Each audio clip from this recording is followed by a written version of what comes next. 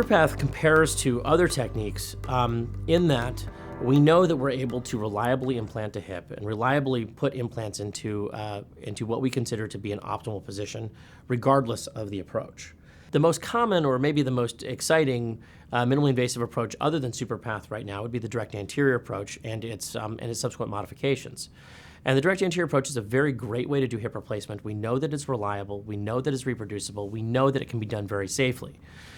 However, in order to get a good exposure from a direct anterior approach, a patient is often put into a supraphysiologic, extended and externally rotated position for the hip.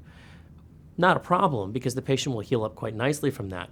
But it does create a significant amount of force and also indirect dissection around the hip, which can slow the healing process a little bit as compared to a technique that would leave the hip in a more relaxed position. Well, I wanted to find a minimally invasive technique that I could offer to every patient. And in the initial phases of my use of the anterior approach, I had to make choices.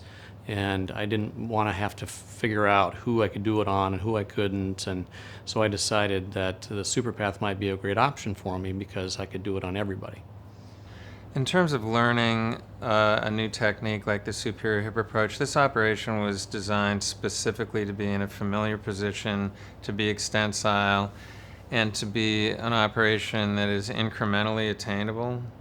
So you can make a traditional incision, you can make a traditional fascial incision, just work on one step or two steps of that operation, and then bring some more in, and then eventually you can try and preserve tissue, eventually try and prepare the femur in situ and remove the femoral head without dislocating the hip, and then assembling in situ. These are all incremental steps, but you can always blend right back into what you're familiar with. And so I don't think there's any one day you have to do this operation start to finish. You can just blend in and out of it depending on the complexity of that particular operation, the experience that you have and your comfort level at that moment. And I think that's important, because if a patient's upside down on a fracture table and you can't get it done with an anterior, you're boxed into a corner, you have no way out.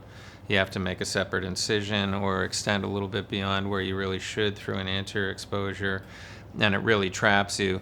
With this operation, you can extend it as you need to, and so that creates a great backup margin of safety for new adopters.